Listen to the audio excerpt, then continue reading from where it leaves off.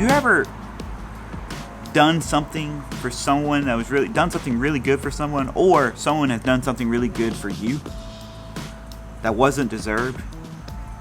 Take a look at this video from 2015. I know it's old, but if you don't cry a little bit, you might want to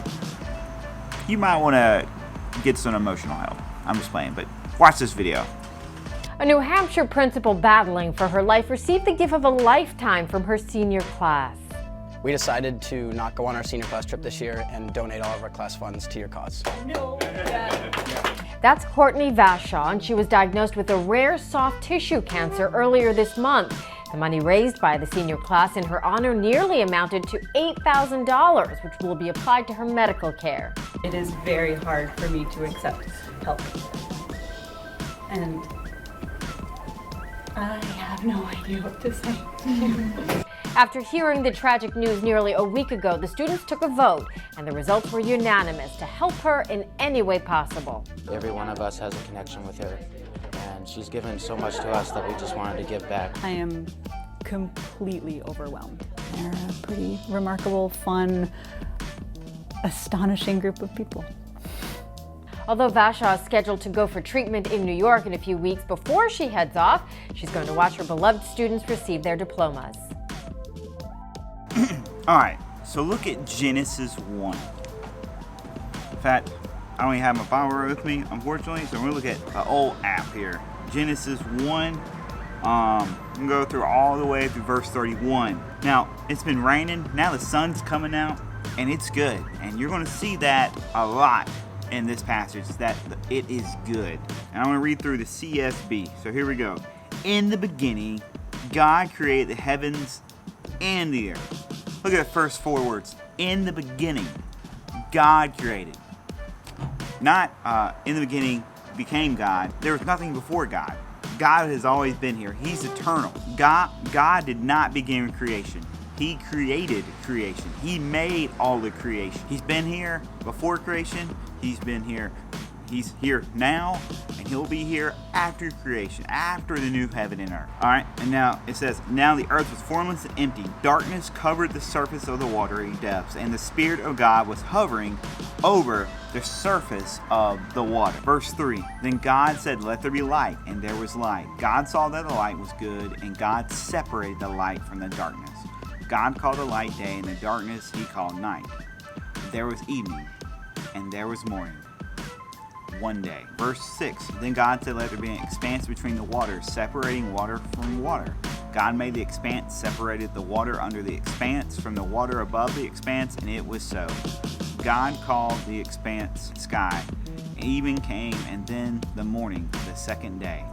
Then God said, let water under the sky be gathered into one place. Let the dry land appear, and it was so. God called the dry land earth, and the gathering of the water he called seas, and God saw that it was good. And then God said, let the earth produce vegetation. You can see all the greenery behind me at this park, Collins Park. Let the earth produce vegetation, seed-bearing plants and fruit trees on the earth bearing fruit with the seed according to their kinds, and it was so. The earth produced vegetation, seed-bearing plants according to their kinds, trees bearing fruits and seed in it according to their kinds, and God saw that it was good. Are you seeing a theme so far? He's made the expanse. He's made light day and night. He's made he separated the sky from the land. He put vegetation on the ground, and he said it was all good. I want you to make sure that he's saying it's all good. Okay.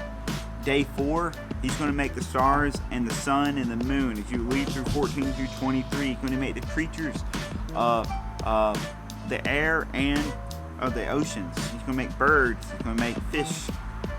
And then he gets to the 6th day, verse 24, okay? And by the way, he said that when he made the stars and the sun and the moon, the creatures in the oceans and the birds, the creatures in the sky, he said that it was good. Let's go to 24. Then God said, let the earth produce living creatures according to their kinds, livestock, creatures that crawl, and the wildlife of the earth according to their kinds. And it was so. So God made the wildlife of the earth according to their kinds, the livestock according to their kinds, and all the creatures that crawl, and the ground according to their kinds, and God saw it was good. When you're seeing God create everything out of nothing, what comes to mind? Nothing naturally. Nothing has, not one thing that's been invented, this came from nothing. This camera I'm using, this came from materials that's come from the ground that people got up and made it work together. The fact that he made everything good, what does that reveal about God's character? That he is good. Okay, so we read everything. I mean, I haven't read all the verses. I skipped the fish and the birds being made. I've gone to the animals. Do you see anything missing? Do you see anything missing? Hope you do. Remember, everything being made good. So let's look at verse 26. Then God said, let us make man in our image.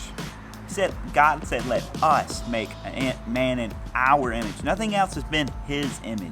Nothing else. All right, continue 26. They will rule the fish of the sea, the birds of the sky, the livestock, the whole earth, and the creatures that crawl on the earth. So God created man in his own image. He created him in the image of God. He created them male and female. God blessed them. God said to them, be fruitful, multiply, fill the earth, and subdue it. Did not give any other commands to all the other animals or birds or fish or trees, stars. Okay? Rule the fish of the sea, the birds crawl, and every creature crawls on it. God also said, look, I have given you every seed-bearing plant on the surface of the entire earth, and every tree whose fruit contains this seed. This will be good for you, and all the life for the earth, for every bird of the sky, and for every creature that crawls on the earth, everything having the breath of life in it. I have given every green plant for food, and it was so. Okay? Alright. You notice something? All humans were created in the image of God. All humans. What does it mean to be an image created in the image of God? What does it mean to be the created image of God? It speaks to humankind's task of being God's representatives on this earth. It also speaks to the fact that humans alone have some of God's characteristics, such as the ability to reason, love, form languages, to express ourselves creatively through music, art, and so on. Whatever specific distinctions, it's safe to say that God made us special among all his creation in his way. No other aspect of the universe is made in this way. Now, what role do you give us human beings? To fill the earth with each other. I think we've done that pretty well. To rule over the earth as our representatives of God. Now, that is where we have failed. We have not ruled over the earth as representatives of God very well. Before we get into that more, I want you to look at something else. We're going to read verse 30 through 31. No, just 31. God saw all that he had made. And remember what he said about everything else he said? He said it was good.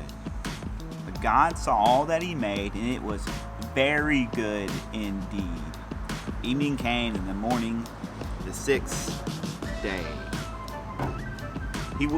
Human beings weren't just good. They were very good. They were his special creation. Far better than anything else he made. What does that speak to you about how much he values us? God values us more than anything else on this earth. And you might be asking, how? Like you've seen how messed up this earth is. But we looked at John 5 last week. Turn to John 1, and we're going to talk about that. Because remember, God has been here since the beginning. So John 1. I want to read John 1 through 5. John 1, 1 through 5. In the beginning was the Word, and the Word was with God, and the Word was God. He was the God in the beginning. All things were created through him. Apart from him, not one thing was created that has been created. In him was life, and the life was the light of men. The light shines in the darkness, yet the darkness did not overcome it. Remember the word we talked about last week is Jesus. Jesus is the living word of God. Jesus was one that created us. He was there when we were created. He was what spoke us into existence. See, he's always been a part of creation. He has always been with us. He has always desired to be with us. He has always had a hand in making. He just doesn't leave us on our own. The fact that he was present in our creation shows that he cares for us. How much does he care for us? Remember that we're going through the whole Bible, but we're also looking at the whole Bible after Christ, after Jesus' resurrection, knowing what he's done for us. He cared enough to make a great place for us. He cared enough to give up something, just like those kids in that high school video gave up their trip, what they earned, I guess, what they supposedly deserved. They gave that up to help save the life of their principal. Jesus literally gave up his life to save us. And he didn't deserve to die, but yet he died for us. And God is not a God that doesn't care about creation. He didn't make us and let us be. No, he made us, and throughout history, he's been revealing himself, showing his love for us, despite us not wanting to accept it. But he's given us the gift of eternal life through his son, Jesus. We just got to accept it. I know this is a shorter video than last week. Guys, I think it's ironic. We started out with the rain of earlier in the day. Now we're in the sunshine. There's always hope. Even when the darkest of times, even when we thought the pandemic was over and now it's back, there's always hope. And that hope is found in Jesus. So my friends, you have a great day.